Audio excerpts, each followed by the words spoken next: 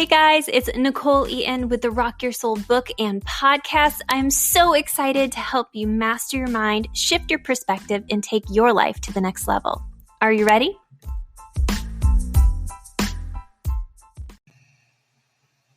The following are chapters from my book, Rock Your Soul, The Down-to-Earth Guide to Mastering Your Mind, now available on Amazon and at NicoleEaton.com.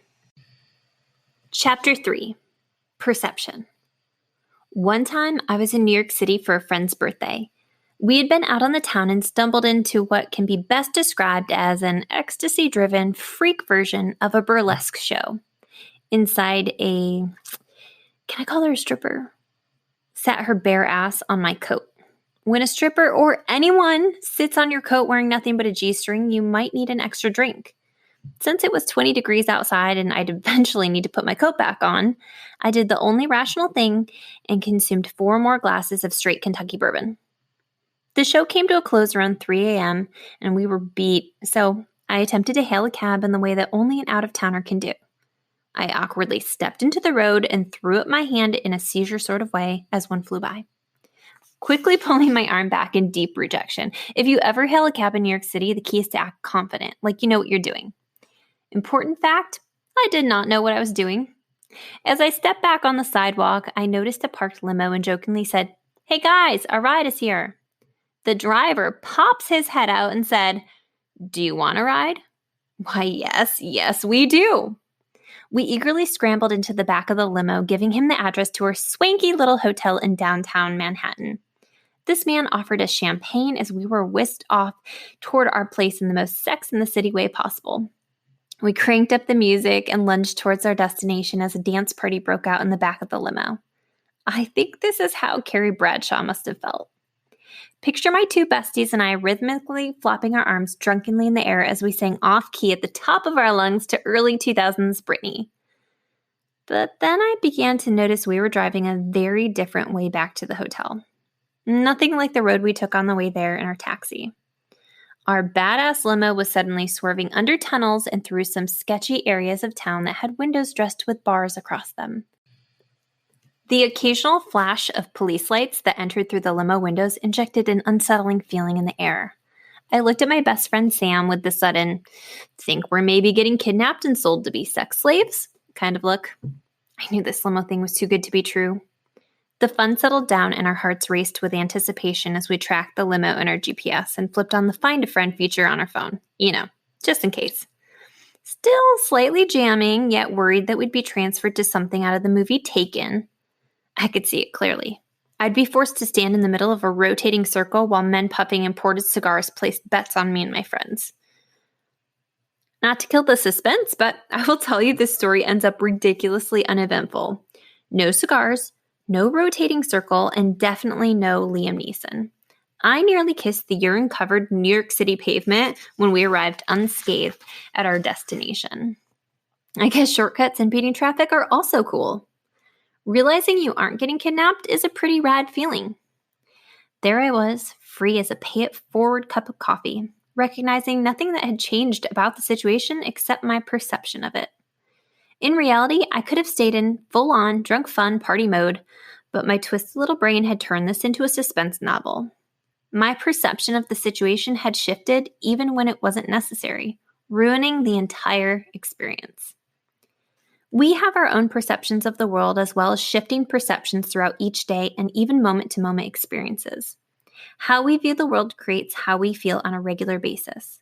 Positive perceptions of our life and situation lead to positive feelings and often positive experiences. Negative perceptions create negative feelings and often negative experiences. I feel like I need to roll out the red carpet for this one. Guys, this is the Beyoncé of concepts to understand. Perception is everything. This is how you, as an individual, view, filter, and assign meaning to the world, which then drives your feelings, behaviors, and interactions. Perception is how you make sense of what's going on around you and within you, which is completely unique of anyone and everyone else. Your perception is a filtering system that scans and interprets situations and experiences. Your brain searches your external world only for matching information, validating your internal thoughts and beliefs. Think of your perception as the bouncer at a club you own. The bouncer's job is only to allow people you're familiar with or want to be familiar with inside, rejecting anyone who doesn't fit the description. Your perception functions similarly, constantly on the search to allow in only ideas and examples matching what we already know or believe to be true, completely missing, rejecting, or critically scanning any opposing evidence. Our perceptions are powerful, but we must question them because they're not always accurate. For example, I really love collecting crystals and precious stones. Envision me, late summer, skipping pebbles across the lake with my daughters when I spot a shiny rock. My eyes light up as I think to myself, wow, that looks like a black tourmaline. My excitement overcomes me as I run up to grab this very special stone, wrapping my fingers around this mushy and warm. Wait a second. What is this? My panic and pure disgust set in when the realization that what I'm grabbing is not a precious stone, but extra wet animal poo. I guess the wetness gives it a shine? Moral of the story, your perception, which you think is great and correct, might actually be shit. See what I did there? It's as simple and uncomplicated as this. In life, you see what you believe. You become the thoughts you think about. You see in the world what you believe about it to be true. Perception begins forming from the time you were born. It's comprised of every experience, good and bad, every thought and impression of every person you have ever interacted with. Your parents, your community, your friends, and your cultural expectations all have starring roles in how you view yourself in your world. They've told you what is right, what is wrong, what is normal, and it's likely that you've believed them. Because your perception has been forming for a while without being questioned, your worldview could easily be comprised of really old, unhelpful thoughts or ideas that are more outdated than floral wallpaper and shag carpet. I mean, do you still need to be leery of girls named Ashley because of that time in first grade when an Ashley locked you in her playhouse? Instead of saying, hey, this wallpaper has way too much going on, this pattern no longer works for me, we just accept the old wallpaper as our reality. We don't even question it. This ugly-ass wallpaper, our perception, is now the system that we use to help us understand the whole world. Nobody wants ugly wallpaper dictating their life experience. Understanding that our mind is forced to see what we believe is so important. For example, if we think no one likes us, we will notice the people who look down in a way more than those who are trying to make eye contact or smile, because that fits with our perceptual view that we're unlikable. The smiling, friendly folks will seem irrelevant. They couldn't possibly like me. They were probably just thinking about a swimming pool of Jell-O. Who wouldn't be happy thinking about that? In contrast, if we believe everyone loves us, we're more likely to notice the people who are smiling and holding the door open for us. Anyone we perceive to be scowling or in a bad mood is just in a bad mood, which has nothing to do with us, obvi. One belief shapes everything. Correcting unhealthy perceptions is as simple as becoming aware of how your thought or perception makes you feel. If the perception feels good, keep it. If it feels bad, explore if there's an alternative way to view the situation. You can learn about your perception by studying your thoughts and beliefs. What do you believe about the world in general? Is it a terrifying place? Is it always raining in Philadelphia? If you believe the world is a bad place, your brain will filter out the positives to find the negatives, the trauma, the major scary events. Same idea goes for connection. What do you believe about relationships? Do they always fail, or is it happily ever after? If you believe that relationships don't work, then you will find relationship tension. You'll discover yourself surrounded by people who also have failing relationships or are bitter about love. You will see it on the news, read it in the tabloids. Oh, that Angelina and Brad story was just heartbreaking. But nothing really lasts. What you believe is exactly what you will see. Despite examples of wonderful, healthy marriages, if you don't believe relationship happiness exists, you will never see it. You will never fully acknowledge positive relationships as reality, only as outliers, mistakes, exceptions. If you accept them as reality, then you would have to admit you're wrong, which will create anxiety within you. No one likes to be wrong. Per second, our environment has about 400 billion bits of information trying to get our brain's attention, according to E Squared author Pam Grout. Holy F. Which means that our efficient brain has to scan so we only see what's relevant and matches our beliefs. Otherwise, we would be in information overload. Truth is created by what you believe and the evidence you gather along the way, further validating that belief is true. Just because you believe a specific thought or idea doesn't make it true or a fact. When I was little, I was the world's pickiest eater. Any slight adjustment away from my diet of chicken tenders and hot dogs would be under a seriously critical eye. Unfortunately for my sensitive taste buds, my dad was a great hunter. I could be scarred any Sunday by walking into the half-gutted deer dangling from the ceiling of our garage. As much as I'm not a fan of hunting, I will say that my dad used and consumed everything he hunted, which means I was regularly offered venison for dinner. I, however, boldly refused. I mean, come on. I saw this food's eyeballs. We shared a moment. I can't see its eyeballs and then consume the poor animal. I spent my life avoiding venison. The face-to-face dangling deer encounters were too real for me. Last summer, I was attending a picnic with my dad's family when I was offered venison once more. My response was, I have never tried deer meat and I don't intend to start. When my dad whips his head around and blurts out, "Of course you have." This is the part where I choked on and classily spit out my honeydew of my fruit salad. I beg your pardon? He proceeds to tell me I ate mostly hot dogs growing up, which he made out of venison. Lying to me was the only way he could get me to eat the deer meat. My perception was that I was consuming regular hot dogs, not my dearest friends. My whole childhood was a lie. An important question to ask yourself, is this thought even real? Are there other possibilities of what could be true? Am I perceiving the situation in a way that is creating anxiety, sadness, or anger? We create a lot of unnecessary emotions from grand illusions of our perceptual world, meaning we get real worked up about stuff that is probably not even true. If you've ever thought your boyfriend was cheating on you because he was late coming home from work only to find he stopped to buy you flowers and hibachi takeout, you know what I'm talking about. I want you to consider this is your movie. Your perception controls whether it's a horror film or a romantic comedy. You are M. Night Shyamalan, directing the show through the perceptions you've created. Don't make everyone die or live in a weird, deceptive, gated village with a scary pig head instead of seeing a modernized, normal world. If you want a better life, you have to double-check some of your perceptions. Are you making yourself a victim to the world? Are you looking for ailments or bad experiences? Are you negating the good experience and positives that come your way? Are you trying to succeed in an area of your life that you truly don't have faith you can succeed in? Gaining awareness of how we are viewing the world is the first big step into living a better life. What you look for, you will always see. If you haven't heard about Anchor, it's the easiest way to make a podcast. Let me explain. It's free. There's creation tools that allow you to record and edit your podcast right from your phone or computer. Anchor will distribute your podcast for you so it can be heard on Spotify, Apple Podcast, and many more.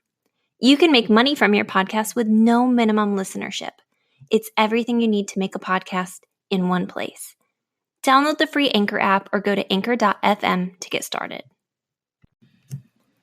Chapter 4, Thoughts. Consider for a moment how ridiculous our thoughts are. We have a constant flow of what ifs, I can'ts, maybes, and hows racing rapidly around our skull. We spend the majority of our spare time in our heads thinking, no matter what subject has caught our attention. Our brains are meaning makers, designed to make sense of the world around us, and are churning at a rapid rate for a problem solve. If I'm not thinking about how many clients I did or didn't book, I'm thinking about how I'm screwing up my kids by yelling at them over a mess they left in the living room. I've caught myself obsessing over how much I spent on groceries. Those organic sunshine raspberries, although amazing, were almost $2 more than the non-organic. Maybe I should have just purchased the normal kind. Like, what is truly organic these days anyway? I felt my face flush red with embarrassment an entire year later, remembering my niece's first birthday party when I had my dress tucked up into my underwear, flashing my thong to all of my sister's coworkers. Our brains are constantly moving, but it's typically not daydreaming of a vacation in Malibu or that brand new Tesla Model X we hope to acquire in the near future. We rarely futurecast a happily ever after. Our time is often focused on what if happiness never finds us, or what if in 5 years we can't stand our significant other. We mentally self-sabotage before we have the possibility to be optimistic about a situation. Our natural focus on worrying isn't entirely our fault. Our mind is designed to prepare ourselves for shit to hit the fan. Not that pre-planning our doom has ever alleviated any sensation when the doom actually shows up, but hey, let's panic anyway. Our brains are machines that are built for survival. They're made to scan for safety. These days, we're less concerned about a saber-toothed tiger running off with little Jimmy, so we put energy into stupid things like paranoia over our self-concept or professional image, or the broccoli we just discovered in our teeth. Come on, nobody's going to tell me. Here's the thing. Your perception is formed and shaped by thoughts. Your thoughts create your feelings, and your feelings drive your behaviors. Thoughts to the feelings, feelings to the behaviors. At the root of everything are your thoughts. We hold beliefs. Beliefs are only thoughts you keep thinking over and over again and have developed evidence for. That's it. That's why you can hold up a blue crayon and call it blue. Someone showed you the color blue, showing you that color over and over again while repeating that very word. Now, let's say you were, held hostage in a basement for most of your life, and maybe you only interacted with one other person. We will call him Frank. And let's pretend when Frank showed you a blue crayon, instead of saying blue, he called it Magoo. Maybe he didn't know any better, or maybe Frank is just a vindictive asshole. We will never know. Now, every time that you look at that color, you say to yourself, oh, that's Magoo. No one ever told you most people call it blue, so now you know it as Magoo. The blissful day comes when you're rescued from this hostage situation and released into society when a stranger comes up to you on the street and says to you, the sky is so blue today. Your brain gets all confused and your body feels weird. Why on earth did this person call the sky blue? Clearly they are confused. So you say, you mean Magoo? He looks at you like you have two heads and you part ways. Someone just challenged what you thought and now your insides feel weird. But good news, your brain will naturally write him off as a lunatic because his thought was so different than yours. Now you might say to me, Nicole, let's face it, that analogy is ridiculous. But my point is, thoughts and beliefs are ridiculous. That's why we can have a world that is half Democrats, half Republicans, and half people who don't give a heck about politics because we all believe our views are the correct views. I know that's too many halves, but I'm a psychology major, not a math major. Remember, our thoughts and beliefs develop based on what we are repeatedly told, hear, or experience. This includes all of the information you've gathered throughout your lifetime from the towns, the cities, the schools, and parents who all have had something to say about every detail of your life. This includes friends, family, bad or good experiences, mentors, and perfect strangers. When they say you become who you're around, it's 100% true. Try holding completely different thoughts, beliefs, or even feelings from the people in your immediate existence. The discrepancy will make your skin crawl. Try being happy around people who are sad. You will feel the contrast immediately. If you haven't caught on, we love to be right. We hate anything that challenges the way we feel about things, which is why we are so quick to dismiss information that doesn't match what we already believe. Accepting alternate information would create cognitive dissonance. Cognitive dissonance is where information in our environment is contradictory to our beliefs, creating anxiety and forcing us to make a choice to label the presenting external information as bogus or accept it as a new truth in order to keep internal consistency. Repeating the same or similar thoughts over and over is how we form our beliefs. Our beliefs create our perception. That is exactly how we filter our world, picking through our universe for evidence which supports what we already believe. I know I'm being repetitive, but the brain remembers what is repeated, whether it's true or not true, which means the total crap you've developed in your head about not being good enough or never going far in life or what you can and can't have are ludicrous. These bullshit thoughts are simply untruths that you've repeated and developed enough evidence for to ingrain as a belief. The reality is, if you change your thoughts and beliefs, you change everything. including your entire limiting perception. Great news! You can believe in yourself. You can feel better. You can have whatever it is you want.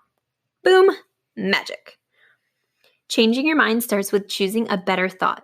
You wouldn't stand in front of a display of peaches and pick the dirty, dented, smushed up peach, right? I hope not. That's sort of weird. You'd pick the best peach, the gloriously juicy one, plump with sugary goodness.